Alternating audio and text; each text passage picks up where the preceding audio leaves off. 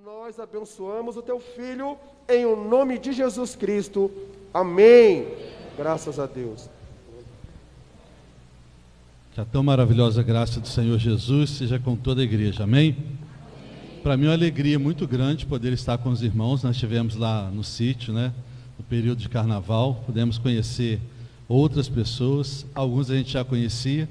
Eu sou filho aqui da Vinhosa, Passei aqui em frente, antes dessa igreja ser construída há muitos anos, que eu estudei aqui no Colégio Luiz Ferraz, estudei com a Zelina, A gente estudou o segundo grau, o primeiro grau juntos, e é uma satisfação muito grande a gente poder estar na presença do Senhor como família.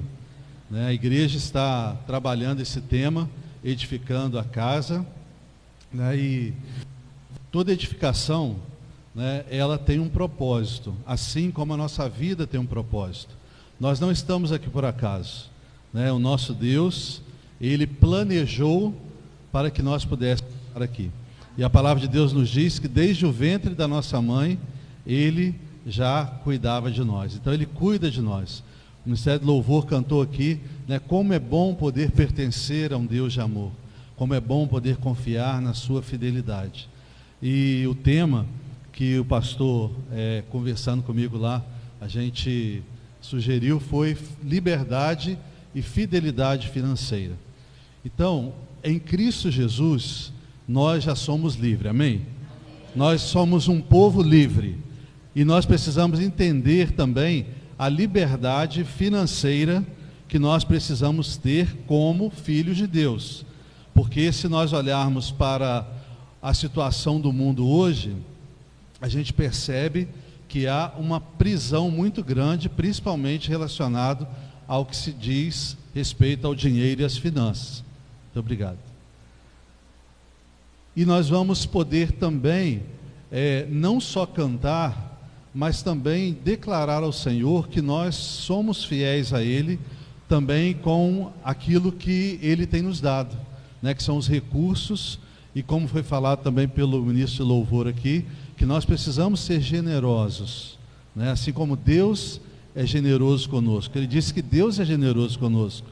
E um dos pontos, dos princípios bíblicos, um dos últimos, vai falar justamente dessa generosidade. Eu, como pastor disse, eu sou membro da igreja AD, em Itaperuna, em Frente Unidos, pastor Márcio. Sou casado com a Carla, ela não pôde estar aqui, porque esse final de semana é o nosso grupo de louvor que vai estar ministrando na igreja. Então, assim, eles atrasaram o ensaio um pouquinho, ela está passando o pessoal lá, e às 10 eu chego para poder acertar o de domingo de manhã cedo. Então, assim, a nossa vida, ela vai, dia a dia, cumprindo o seu propósito, e tudo para a honra e glória do Senhor. Nós nascemos para a glória do nosso Deus. Amém? Se nós entendermos isso, as coisas se tornarão muito mais leves. E dentro desse tema, liberdade e fidelidade financeira, nós vamos ler o texto de Mateus capítulo 6, de 19 até o 24. Nós não vamos ler agora ainda não. Mas nós precisamos entender que esse tempo que nós estamos vivendo, nas várias áreas da nossa vida, e em relação a essa pandemia, a dificuldade que as pessoas têm enfrentado, ela se acentuou muito mais do que nos anos anteriores, que já estava difícil para muitas pessoas. E o que nós vamos ver hoje é justamente alguns princípios, não todos, porque a gente nem tem tempo para isso. Tratar de finanças é algo que requer, assim, às vezes um mês inteiro a igreja estudando, num período até maior do que 40 minutos. Mas a gente vai, nessa noite, tratar um pouquinho daquilo que a palavra de Deus nos orienta, os princípios da palavra de Deus. E com isso, a vida financeira, tanto pessoal como familiar, ela tem vivido, se a gente pensar na pandemia, como está relacionada à área da saúde, para muitas pessoas, a vida financeira também está enferma. Pessoas estão desesperadas, pessoas se comprometeram com coisas que muitas vezes não pararam para pensar como ele deveria adquirir determinada coisa, ou então até assumir alguns compromissos financeiros. o que há uma diferença entre a pessoa ter compromissos financeiros e também estar em dívidas. Dívida é uma coisa, compromisso financeiro é outra. Vou falar rapidinho aqui, até para a gente ficar um pouco mais tranquilo. Porque muitas vezes a gente fala que a gente está endividado, quando na verdade a gente não está. Ou a gente está endividado e a gente acha que não está. Dívida é tudo aquilo que a gente assume e a gente não consegue pagar. Por quê? Porque talvez eu não pensei, talvez eu não fiz contas, e aí aquilo foi chegando, foi consumindo os meus recursos e se tornou impagável para aquele momento. Agora, toda dívida, como cristãos que somos, é mais saudável a gente sentar e tentar negociar do que simplesmente falar, eu não posso, e não dar nenhuma satisfação. Isso não é um papel de cristão, correto? Em relação a dívidas. Mas compromissos financeiros todos nós temos. Nós temos conta de água, de luz, temos conta de celular, nós temos o mercado. Muitas vezes a gente faz a compra e divide em 2, 3 vezes, mas a gente faz aquele compromisso financeiro e no determinado dia do mês que a gente recebe o nosso salário, a gente vai lá e salda aquele compromisso. Então isso não é dívida, tá bom? Compromissos financeiros é tudo aquilo que a gente assume durante o mês e com os nossos recursos a gente vai lá e paga. Diferente da dívida. A dívida é aquilo que a gente não consegue pagar. Deu para entender um pouquinho? Porque às vezes a gente fica angustiado e eu falo até para algumas pessoas que estão comigo lá no escritório, às vezes, principalmente os funcionários que eu estou mais de perto, ou alguém que está envolvido com alguma parte financeira ou quer fazer alguma compra, e aí a gente vai um pouco pelo âmbito do aconselhamento. Eu sempre falo com as pessoas assim, não fica declarando para outras pessoas, nem para o seu colega de trabalho, nem para pessoas da sua família, que você está endividado, porque às vezes você não está, você está com muito compromisso financeiro, mas você tem os recursos para pagar. Ou então que você não tem condição. Nós que servimos a Deus, e eu quero que os irmãos estejam comigo nisso, talvez não tenham essa experiência, mas muitos já tiveram, talvez aqui nós temos pessoas que tiveram experiência em relação à fidelidade de Deus.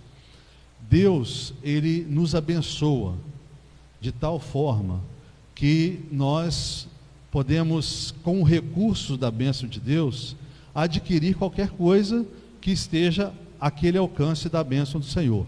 Você recebeu uma herança, ou um avô, ou um tio, ou até mesmo seu pai, ou você foi promovido e você recebe um dinheiro que você não estava esperando.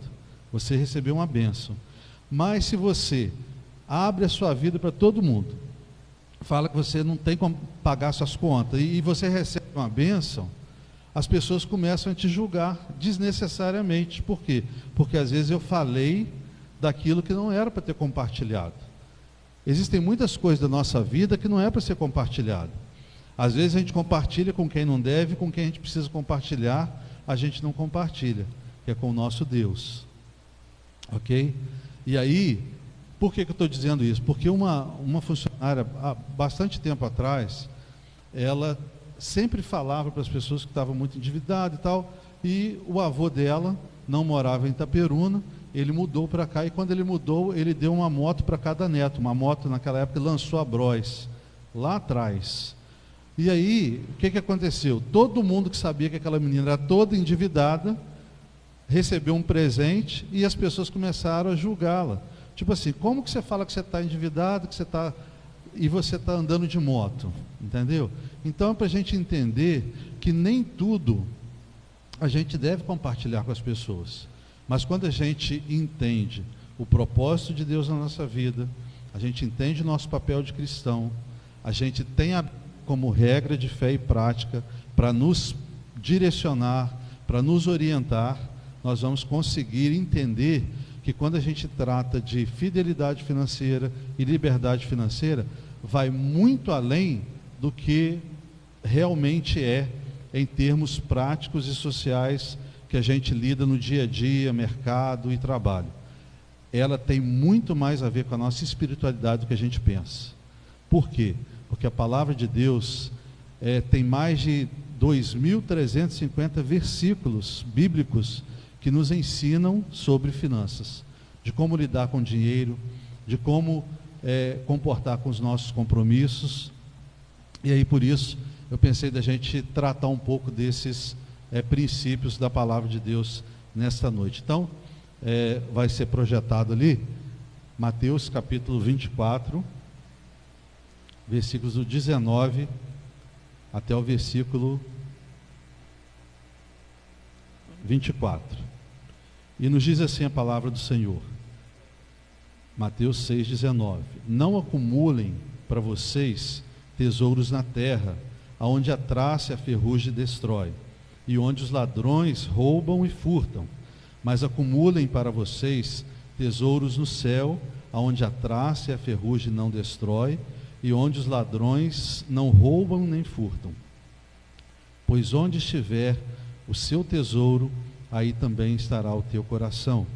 Os olhos são a candeia do corpo.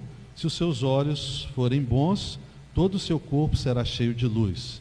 Mas se os seus olhos forem maus, todo o seu corpo será cheio de trevas. Portanto, se a luz que está dentro de você são trevas, que tremendas trevas são. Presta atenção nesse versículo. Ninguém pode servir a dois senhores, pois odiará um e amará o outro, ou se dedicará a um e desprezará o outro. Vocês não podem servir a Deus e ao dinheiro. Correto? Então aqui a gente tem um texto bíblico que ele já nos dá direção em relação àquilo que nós podemos entender como vontade de Deus para a nossa vida. Nós vivemos neste mundo, mas nós que já aceitamos Jesus como Senhor e Salvador da nossa vida, a gente entende que a nossa pátria não é aqui, correto? A nossa pátria está no céu. E olha o peso dessa palavra: aonde estiver o seu tesouro, ali está o seu coração. Poderia ser o contrário, né? Onde estiver o seu coração, estaria o seu tesouro, mas a palavra de Deus não diz isso. Ela deixa uma responsabilidade tão grande sobre nós, porque ela está falando o seguinte: aquilo que é tão precioso para você, aquilo que você dá tanta atenção, você precisa entender que isso te atrai tanto que o seu coração está voltado para ali. Por isso que a gente tem que entender que o Senhor Jesus aqui não está fazendo comparação em tesouros da terra e tesouros do céu. Ele está falando que a gente não deve ajuntar na terra os nossos tesouros, porque senão o nosso coração fica agarrado com as coisas daqui. E nós precisamos entender que a nossa vida aqui, como diz Tiago, é por um pouco tempo, é como um vapor. Nós estamos aqui, mas amanhã nós poderemos não estar aqui. Esse período de pandemia, a gente está vendo uma grande realidade, né? Muitas pessoas foram ceifadas nesse período, acometidas desse vírus. Pessoas que estavam saudáveis, pessoas que praticavam exercício, pessoas que estavam com a sua saúde nota 10, mas tiveram as suas vidas ceifadas. E aí, nós que somos libertos em Cristo Jesus, precisamos entender que a nossa atenção naquilo que é mais precioso para a gente, não pode estar vinculado a essa terra aqui. Precisa estar vinculado à nossa mansão que nós temos no céu, que é aonde Deus tem vida eterna para cada um de nós. Essa vida aqui, um dia, ela vai se findar. Daqui a 100 anos, com certeza, nenhum de nós estará aqui. Essa geração toda que vive, que estiver 1, 2, uma dezena aí, será muito. Então a gente precisa entender que o tempo, ele passa muito rápido. E se a gente não buscar no Senhor, na sua palavra, que é o manual para a nossa vida, a direção que a gente precisa, a gente vai sofrer muitas vezes sem necessidade. Por quê? Porque a gente vai desejar ou vai focar em algo que não é o principal ou essencial para a nossa vida. E eu vou colocar então 10 princípios, eu sei que só tem 40 minutos, pastor, mas vou andar rapidinho, para que a gente possa ver como que a palavra de Deus vai nos orientar em relação a esses princípios. O primeiro, ele nos diz que nós precisamos saber diferenciar entre necessidade e desejo. Por que que a gente precisa saber ter essa diferença? Porque senão a gente vai ficar agarrado com coisas que pode nos prender e nos impedir de avançar cumprindo a vontade de Deus.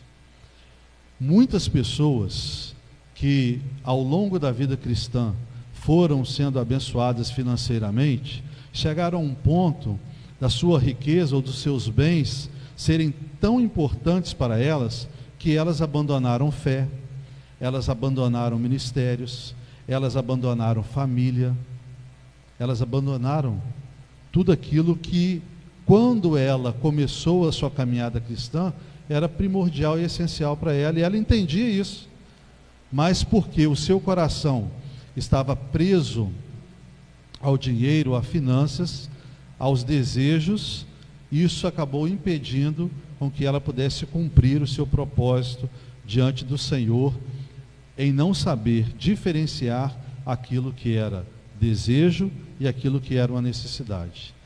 E a palavra de Deus nos diz, pode passar aí, em Filipenses capítulo 4, versículo 19, aí você pode manter esse slide aí.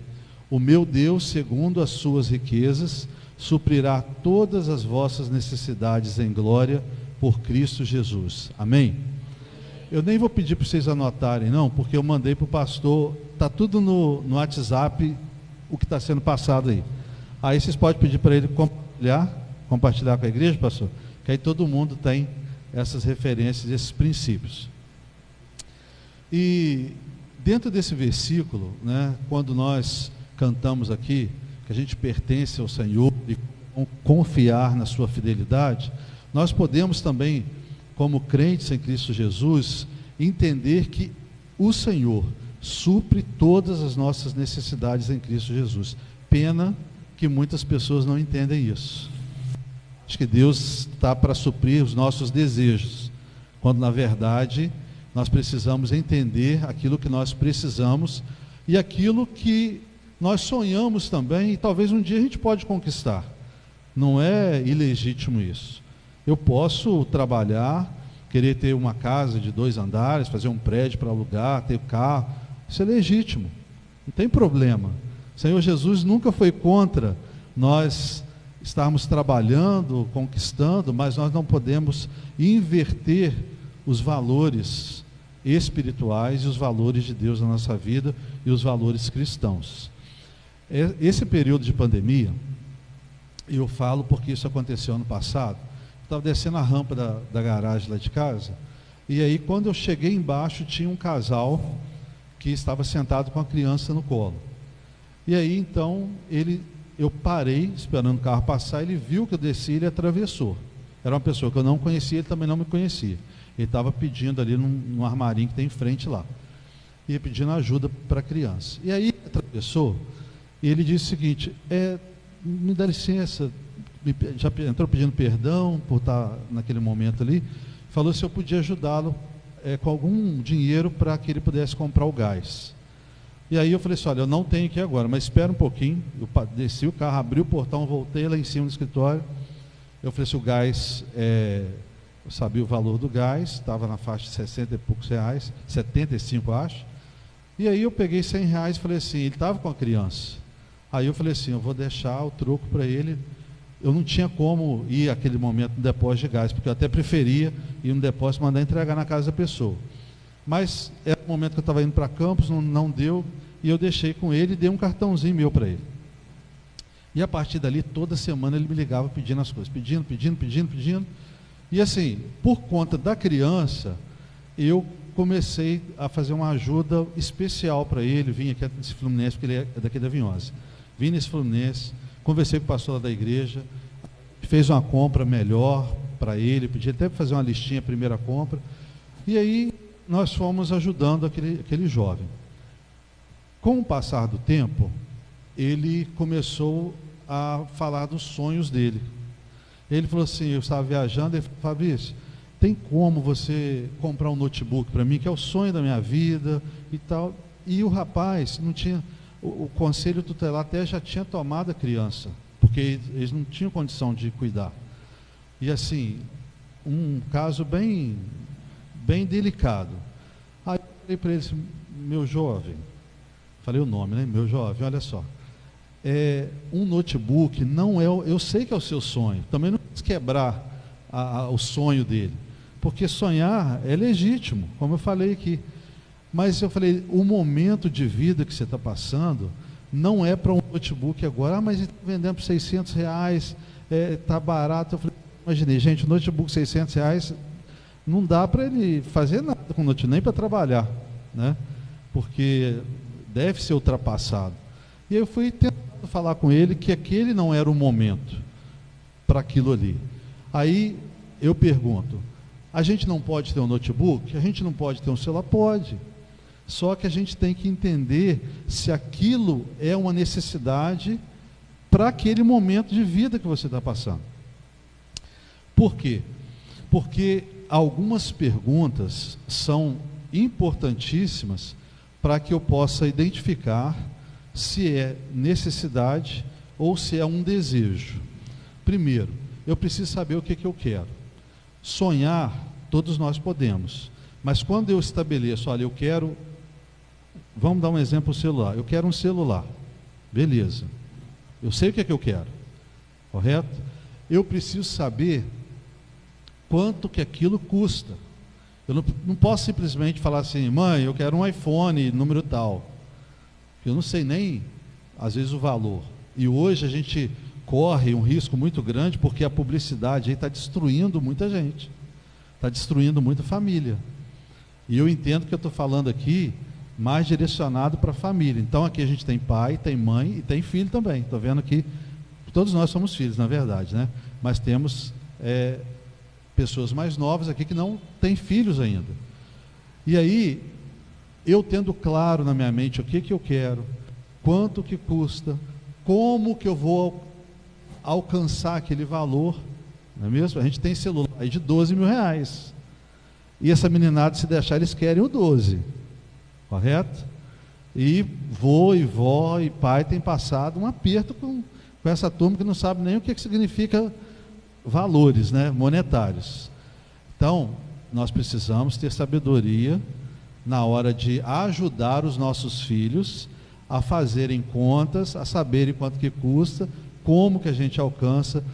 Por exemplo, se é um celular que não tem o recurso rápido, eu preciso saber quanto que eu ganho, quais são os meus compromissos financeiros e qual é a sobra que eu estou tendo, e aquela sobra multiplicada mês a mês, em tanto tempo eu consigo dar um celular, se é um desejo também de abençoar o meu neto ou meu filho. Aí eu tenho que explicar para ele, olha só, daqui a tanto tempo papai ou vovô pode te abençoar e te presentear, mas agora não. Mas aí vem um problema que a gente vai ver daqui a pouquinho na frente, que se chama crédito fácil, correto?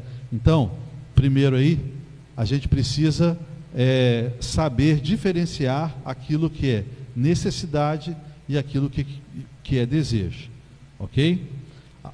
A necessidade é aquilo que a gente não pode ficar sem mesmo. Então a luz é uma necessidade, a água é uma necessidade, o alimento é uma necessidade, a roupa básica é uma necessidade, correto?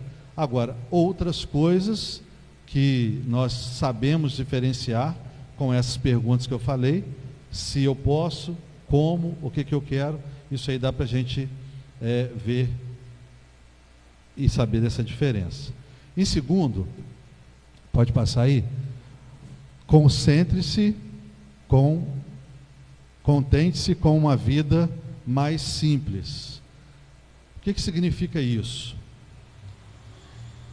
Significa que nem tudo aquilo que eu preciso tem que ser, por exemplo, da marca que a maioria das pessoas de condição tem e usa. Eu posso estar com a roupa, estar bem vestido, uma roupa de R$100, como a gente sabe, tem pessoas que estão vestidas, bem vestidas, e estão usando roupa de 500, 600 reais.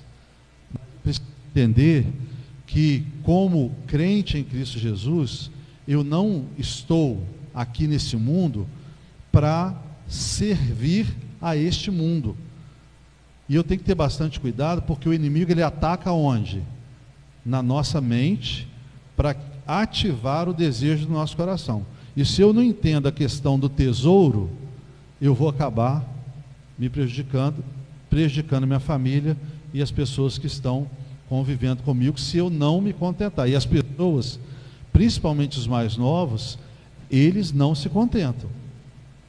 Vocês já passaram experiência de algum filho ou alguém da sua família, você vê ela pedir alguma coisa e você fala assim, olha, eu posso isso? Você vê o seu irmão, o seu pai falando com um neto ou alguém da sua família que não pode, quer abençoar, mas não é aquele momento, e a pessoa não se contenta de jeito nenhum. Aí que está um grande desafio para todos os pais, mães, avós e responsáveis, de um modo geral. É ensinar a palavra do Senhor, ensinar a criança o caminho do Senhor. Quando a gente fala, ensina a criança o caminho do Senhor, não é ensinar o caminho de vir para a igreja e voltar para casa, não. É ensinar todos os princípios bíblicos, tanto de administração, relacionamento, quanto de comportamento, porque a gente cria os nossos filhos, e enquanto está perto de nós, beleza, mas daqui a pouco eles vão avançar, eles vão para a faculdade, eles vão para um relacionamento matrimonial, e se a gente não ensinou, a gente vai sofrer, né, com isso, por sermos responsáveis e estar vivendo aquela situação com eles, e eles também vão sofrer, porque a culpa não é só deles. Como eu falei, é legítimo a gente sonhar, como também, para muitas pessoas, não se contentar pode ser legítimo. Por quê? Porque o padrão que ele tem é que todo mundo tem. Se todo mundo tem, eu posso ter também. Mas se eu não ensino, ou eu não sento para poder, como família, estar ali ou no culto doméstico, ou na igreja, estar ensinando meu filho, vai aprender errado. E aí a gente pode pensar isso em várias áreas da vida, não só financeira.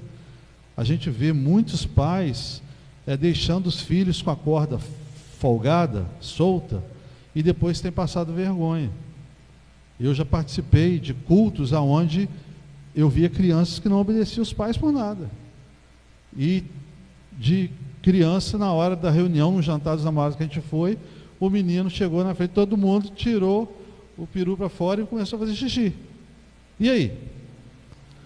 Ah, é bonitinho. Ah, é engraçadinho. Ah, é uma criancinha. É, mas aquilo ali, aquele momento, não é o momento daquilo. O pai precisa ensinar que seus filhos precisam respeitar quando ele está em comunidade, quando ele está com pessoas mais velhas que ele. E a gente está vivendo uma discrepância de valores muito grande. Só que a gente que é crente, que é cristão, a gente não pode deixar isso acontecer. Não é porque está todo mundo fazendo, está todo mundo indo nessa onda que a gente vai permitir. E o princípio bíblico de não se contentar está em Timóteo, capítulo 6, versículo 8, que nos diz, tendo, porém, sustento e com o que nos cobrirmos, e com o que nos cobrirmos, estejamos com isso contentes. Aí a pessoa fala assim, mas fulano tem, eu posso ter? Como eu disse, pode, mas nós não precisamos cair em dívidas por conta de não se contentar ou se comparar a outras pessoas, ok? O terceiro, ele diz o seguinte, que aí é bem complicado, não ame o dinheiro. E aí pode até passar o versículo aí, só os 2 próximos slides. Mas os que querem ser ricos caem em tentação e em laço e em muitas concupiscências loucas e nocivas, que submergem os homens na perdição e na ruína, porque o amor ao dinheiro é a raiz de toda espécie de males. Até aí. Eu já vi algumas pessoas pregando que o dinheiro é a raiz de todos os males. Não é isso que a palavra de Deus nos ensina, né? Vocês já devem ter ouvido isso também. O amor ao dinheiro, né, a ganância, o descontrole, você ter muita ansiedade para adquirir o dinheiro e fazer uma coisa que você não consegue viver sem, porque você quer saciar todos os seus desejos, você depende dele, e por conta disso vem a mentira, por conta disso vem a corrupção, por conta disso vem a maldade, por conta disso vem a impaciência, por conta disso vem a intolerância, e por conta disso pecados e mais pecados vão regendo a vida das pessoas que fazem do dinheiro um ídolo. E o texto que a gente leu de Mateus capítulo 6 no início, versículos, ele diz que ninguém, versículo 24, ninguém pode servir a dois senhores. Ninguém pode servir a Deus e ao dinheiro, porque senão automaticamente aquilo ali vai se tornar um ídolo na vida da pessoa e aquilo vai fazer com que o Senhor não se agrade dela. E aí a pessoa vai se distanciando, como eu disse, as pessoas vão adquirindo às vezes bens ou patrimônios ou alcançando seus desejos e aquilo vai distanciando a pessoa da presença do Senhor. E aí lá na frente a pessoa olha para trás e vê quão grande foi a negatividade da sua decisão. Você vê que você poderia ter vivido uma vida de serviço ao Senhor, com muito mais frutos para o reino, e você chega lá, olha para trás e vê que não foi dessa forma. O estar ligado à videira não produziu fruto. Aí será que estava ligado verdadeiramente? Porque nós precisamos estar ligados em Cristo para produzir frutos. E a palavra de Deus nos diz que aquele que não estiver na videira e não produzir fruto, o que vai acontecer? Será cortado e lançado no fogo. Agora tem um versículo de Mateus também, que eu não sei de cor agora qual é o endereço dele, mas que fala o seguinte, é muito sério isso: aquele que põe a mão no arado e olha para trás não serve para o reino de Deus. Meus irmãos, isso é muito sério. Isso não é brincadeira, não. E muita gente brincando com isso. A pessoa vai, assume o ministério e não responsabilidade, não se compromete, faz desleixadamente e faz como se fosse uma obrigação só, e se deu, deu, se não deu, estou nem aí. Então a gente tem que ter alguns cuidados, porque senão a gente é pego, né, por esses laços do inimigo para tentar nos separar da presença de Deus. Então, em relação ao dinheiro, a gente também não pode ser ignorante. A gente precisa do dinheiro. A gente precisa do dinheiro para pagar um plano de saúde. Tem muitas pessoas que não têm, mas a gente precisa do dinheiro para comprar um remédio, para fazer a nossa compra, alguns para pagar aluguel, outros para colocar gasolina. A gente precisa do dinheiro. A gente não pode falar assim, eu não preciso de dinheiro, e com isso passar um ar de humildade, porque não é humildade isso. Humildade é a gente entender que como a gente lida com o dinheiro não vai colocar ele no lugar aonde ele não deve estar, que é o lugar de senhorio da nossa vida, porque o lugar de senhorio da nossa vida pertence ao Senhor Jesus Cristo.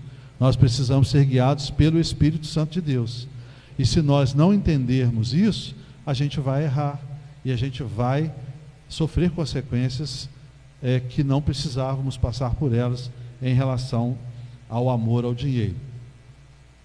Eu queria compartilhar com vocês, pode passar, olha o que ontem, eu estou falando ontem, porque eu tive com o meu funcionário do escritório, e aí ele falou comigo, Fabrício, você já ouviu falar em Terra 2? Eu falei assim, não. Um investimento financeiro que vai ter agora, e já tem mais de 150 mil pessoas investindo nisso, e aí, eu quando estava hoje refazendo por causa do tempo essa palestra aqui, eu pesquisei no Google e achei interessante compartilhar com os irmãos. É uma existência paralela que está relacionada a videogames por enquanto, mas é algo que está sendo programada uma plataforma para ser investimento financeiro, assim como Bitcoin e outras moedas eletrônicas, que promete criar um mundo semelhante ao real, mistura de banco imobiliário, criptomoeda e realidade virtual. Tem na veja.abril.br, pode ver isso. Tá. Olha o seguinte, qual que é a proposta? Viver em um mundo virtual, só que com a mente, enquanto o corpo repousa em outro lugar. Deixou de ser ficção científica no momento em que os videogames ganharam interfaces sofisticadas e cenários tão realistas quanto produções de Hollywood. Há relatos de pessoas que passam tantas horas lutando, atirando e explorando lugares criados com códigos de computador que não se relacionam bem com o mundo real. Pode deixar aí. Olha a gravidade daquilo que daqui uns dias para muitas pessoas vai ser normal. Elas vão deixar de viver o mundo real, a sua mente vai estar num outro lugar, no mundo virtual. Eu vou explicar um pouquinho do que o rapaz me explicou, e ela vai viver, não vai ter prazer de vir à igreja, não vai ter prazer de ir na casa dos avós, não vai ter relevância para ela nenhuma ser abençoada, bença pai, bença mãe, o relacionamento com as pessoas. Por quê? Porque é mais fácil viver nesse mundo onde ela controla tudo, onde ela está tendo rendimentos, onde os desejos dela estão sendo atendidos, porque rentavelmente a mente dela vai trabalhando para ter esses investimentos, e pensa que as coisas do mundo é penoso no início, porque não é não. Você investe um negócio lá, você ganha 10%, e eu estou vendo um monte de gente falando assim, olha, está dando 10%, você não investiu ainda. Eu falei assim, não investi. E pretendo, a sã consciência, pela palavra de Deus, não investir em determinadas coisas. Correto? Cada um é livre, mas a gente precisa pedir direção do Senhor para isso. E aí as pessoas não vão ter prazer mais de sair de casa. Elas estão num lugar físico, mas a vida dela está num mundo virtual. E ele me explicou que tem terrenos, é um mapa que foi construído, volta a imagem, por favor. É um segundo mapa mundi que foi construído, isso já existe, gente, não estou falando aqui, ele falou que existe um mapa, já foi distribuído geograficamente dentro dessa plataforma, que vai ser vendido os terrenos. Então, por exemplo, eu quero comprar um terreno em Lisboa, em Portugal. Eu vou marcar onde que eu quero e ali vai ter o valor daquela terra. Eu vou poder construir pelo videogame a terra, igual as crianças hoje compram moedinha e compram umas diamantes. Isso tudo começou sorrateiramente, mas isso tudo já está preparado para algo muito maior e para prender a pessoa a esse mundo que não é real. E aí o que acontece? Ela pode construir, mas também ela pode vender. Beleza, eu comprei uma terra lá em Paris, construí um pouquinho e falei para as pessoas assim, olha, você quer comprar? Está disponível. Aí ele olha, gostou da minha casa e vai lá e compra realmente, tem valor monetário para isso. E aí ele ganha, eu comprei, construí e vendi. Comprou, constrói, modifica um pouquinho, vende também. Então isso vai ser uma roda que vai se rodar muito dinheiro. E aí as pessoas vão ficar presas a isso. Aí eu pergunto para vocês, quando que vão evangelizar? Quando que vão falar de Jesus? Quando que vão ser testemunhas? Quando que o poder do Espírito Santo vai agir na vida dessa pessoa para que ele possa falar do Evangelho e da transformação que Deus precisa fazer na vida dessas pessoas que estão nesse mundo virtual e que vão para o inferno se não aceitarem Jesus? Então, meus irmãos, o negócio é sério, não é brincadeira.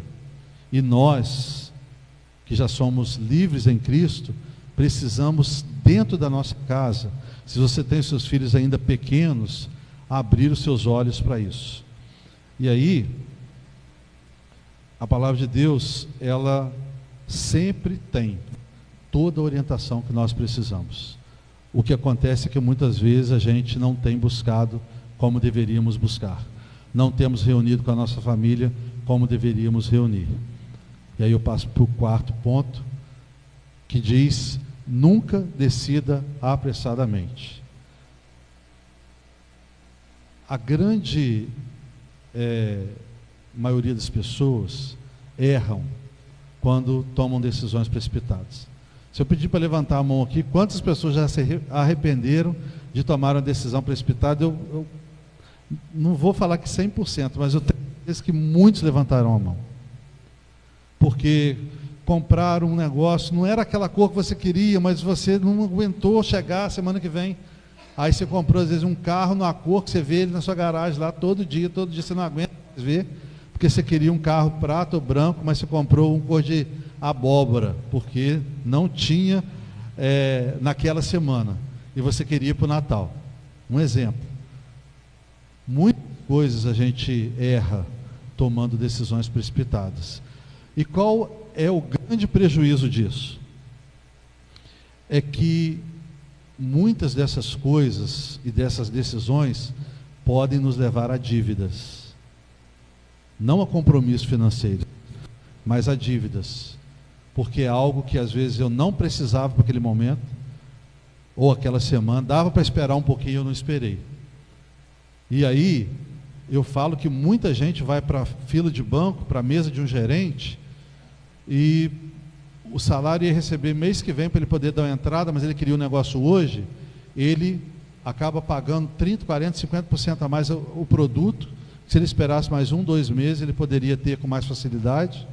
E aí então ele entra numa situação financeira, e aí depois não tem nem como contribuir aqui na igreja, porque ele fala: pastor, eu tô aqui, não estou nem no pescoço mais, já passou da cabeça. Mas na hora que às vezes era para sentar, ter um pouquinho de paciência, pastor, ou algum líder da igreja que tem uma visão administrativa que pode ajudar, mas estou pensando em fazer um negócio assim, ou comprar isso, aquilo, tem essa proposta, tem essa, qual é a orientação?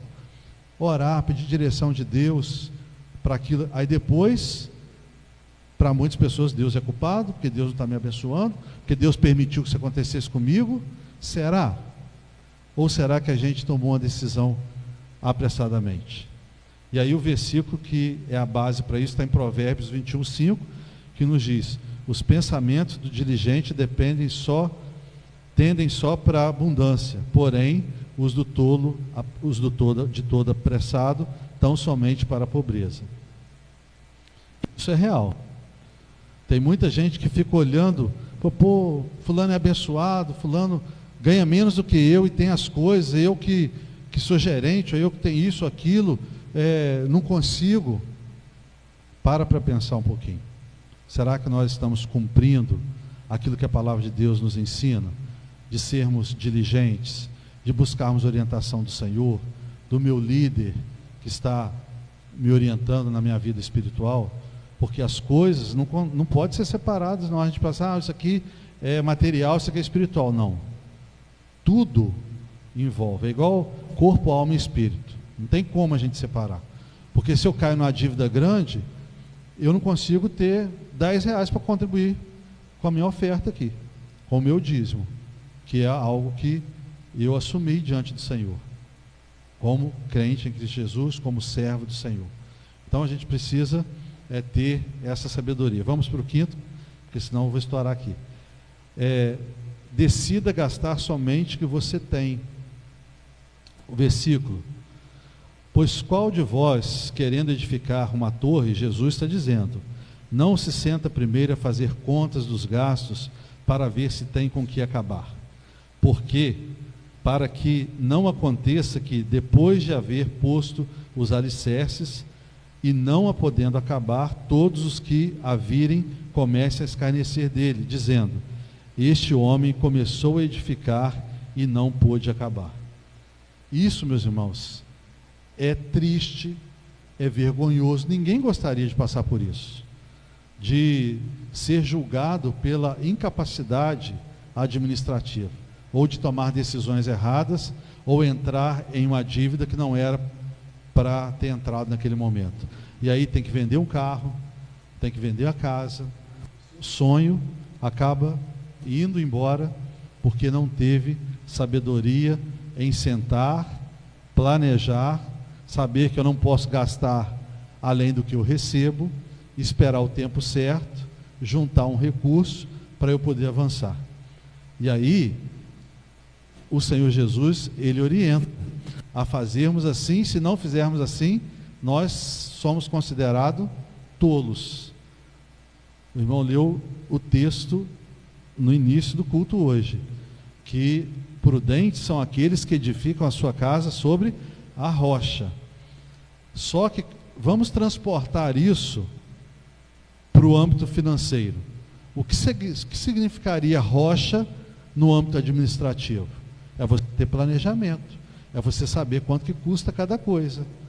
Não é fazendo assim, ó, à vontade, porque isso é como colocar o seu dinheiro ao vento, colocar a sua construção na areia, correto?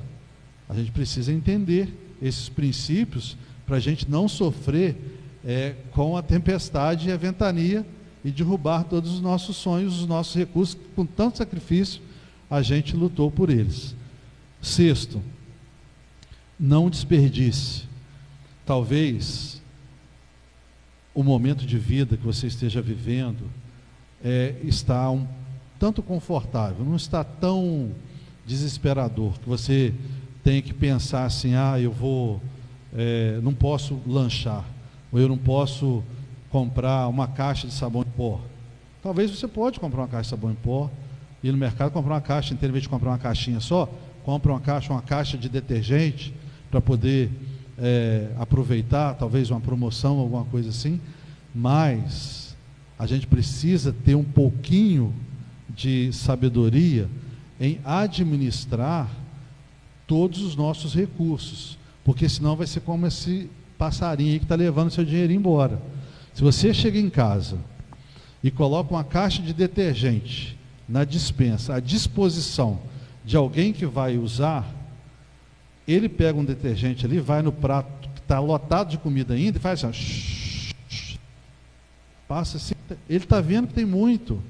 Então, gastar muito na cabeça de algumas pessoas, principalmente aqueles que não aprenderam, não tem problema. A culpa dela? Talvez não, talvez a culpa é minha, por não ter orientado. Quando eu recebo os caixas lá da loja, eles vêm clipado, com a nota, vem clipada numa promissória, ou vem clipada em alguma soma.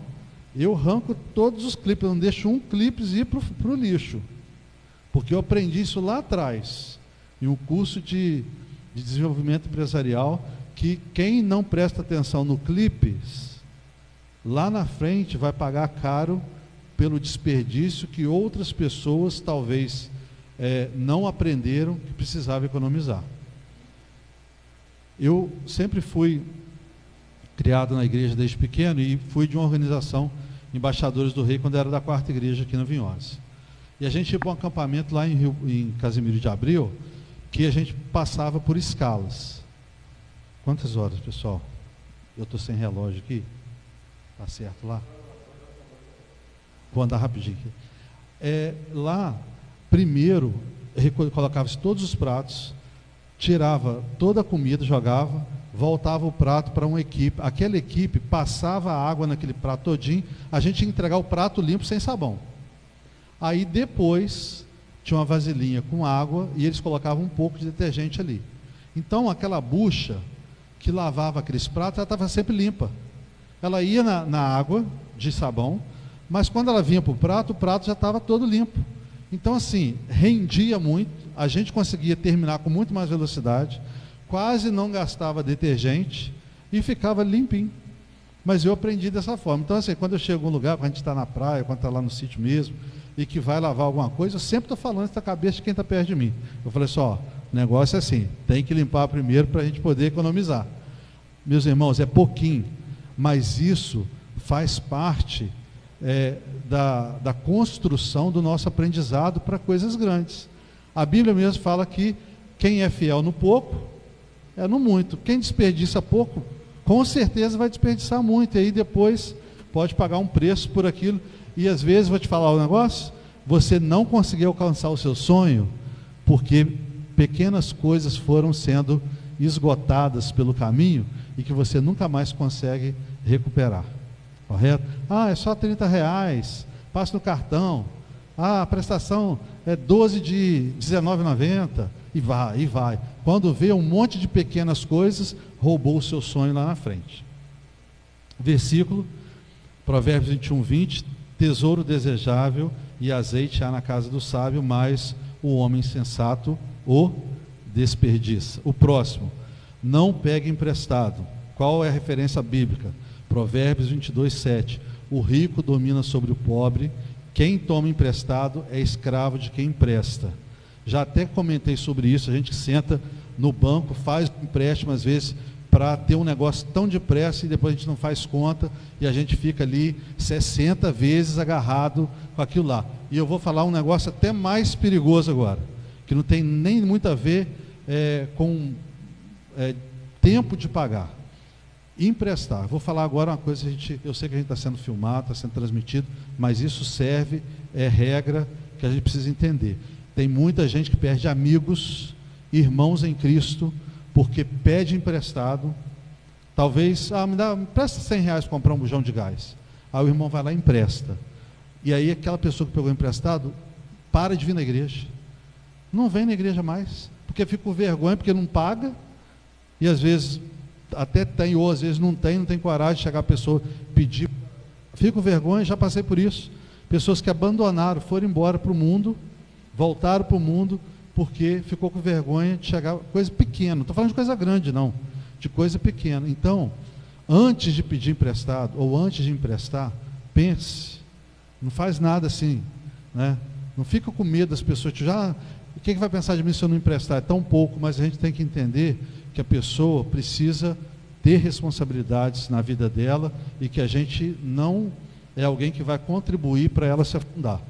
É melhor falar não e estar com a mão ali, puxá-la para cima se ela precisar, do que eu não falar não e com um pouquinho que eu dei ela acabar de afundar na lama e às vezes não ter nem volta.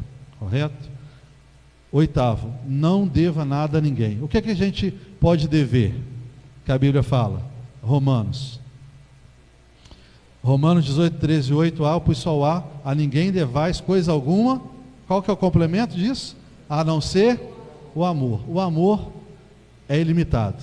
A gente pode, e quando eu falo assim, dizer não, muitas vezes significa isso aí, amar, tá? Não pensa que dizer sim para tudo, para filho, na amizade, é o amor, porque muitas vezes não é. Ok? Eu espero que os irmãos estejam entendendo. 9. Diz muito a respeito agora de fidelidade ao Senhor. Seja o melhor profissional que você puder. Meus irmãos, quantas pessoas têm sido infiéis ao Senhor em relação a isso? Por que eu falo infiéis ao Senhor? Porque a Bíblia fala que a gente deve fazer como para o Senhor. Sabe qual é o versículo? Colossenses 3:23. Tudo o que fizerem, façam de todo o coração, como para o Senhor e não para os homens. Se nós vivermos a orientação da palavra de Deus, nós seremos bem-sucedidos, nós seremos felizes, nós alcançaremos o sucesso. Não o sucesso que o mundo busca, mas fazer o nosso Deus sorrir para cada um de nós. É Deus olhar para mim e para você e se alegrar com a nossa vida, com a nossa atitude. Existe um versículo que eu acho fantástico, que está lá em 1 Pedro 1, é o último versículo, me parece 12, que ele fala que quando nós evangelizamos, ou seja, quando nós pregamos a palavra de Deus, os anjos eles não podem fazer isso, mas você sabe o que os anjos fazem? Eles ficam ali torcendo por nós, eles ficam ali vibrando com a gente, eles ficam ali olhando e se alegrando com aquilo ali que a gente está fazendo. Olha que coisa interessante, a gente fazer tudo que a gente está fazendo como para o Senhor, significa que muitas vezes eu não preciso pregar a palavra, abrir Mateus capítulo e evangelizar, não, com a minha vida, com as minhas atitudes. É você no seu trabalho, é você na sua vizinhança, é você na sua família, é você servindo a Deus e cumprindo o propósito dele, para que nós possamos reconciliar, que é o nosso ministério, as pessoas a Deus. O apóstolo Paulo fala que é o ministério da reconciliação. Agora, nós fazemos isso de diversas formas, mas muitas pessoas não prestam atenção nisso.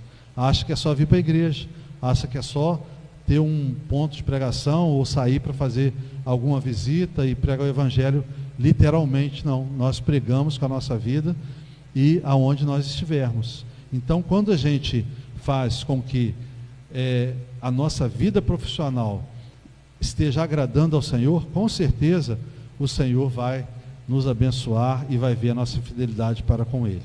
Finalizando, seja o próximo, seja generoso. Base bíblica, 2 Coríntios 9, versículo 8. Do 7 até o 11, mas eu coloquei só o 8. E Deus é poderoso para fazer abundar em vós toda a graça, a fim de que tendo sempre em tudo toda a suficiência, abundeis em toda boa obra. Deus, Ele tem vida abundante, Ele tem toda a suficiência que nós precisarmos e precisamos em abundância. O nosso Deus é dono do ouro, da prata.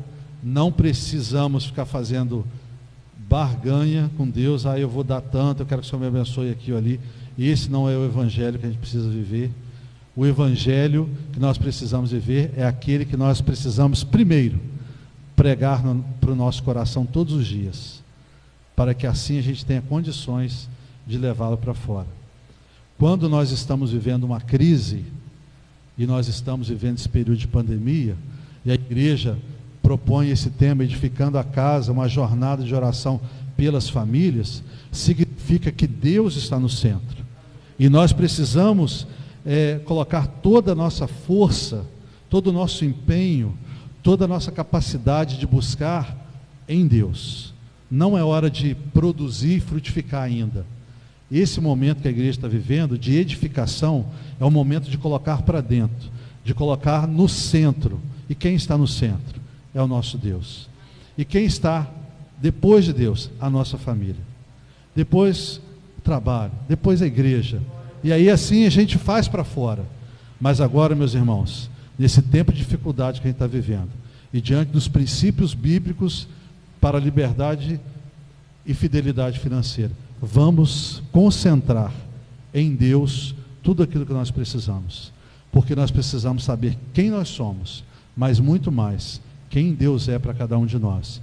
E assim a gente vai viver uma vida mais leve, a gente vai enfrentar os desafios, mas nós não vamos nos prostrar diante da dificuldade. Nós vamos avançar, vamos receber bênçãos e muito mais. No tempo de frutificar, a gente vai estender as mãos e a gente vai conseguir abençoar, porque nós fomos abençoados por aquele que é dono de todas as coisas, o nosso Deus em Cristo Jesus, e na presença do Espírito Santo na nossa vida. Me desculpe ter avançado um pouquinho o horário, pastor, mas é o que eu falei, esse é um assunto que a gente precisa de bastante tempo para poder falar mais e ouvir mais também, tá bom? Que Deus abençoe, muito obrigado pela oportunidade, e que o Senhor possa abençoar as famílias, o ministério e toda a igreja, em nome de Jesus. Orar? Vamos ficar em pé, então.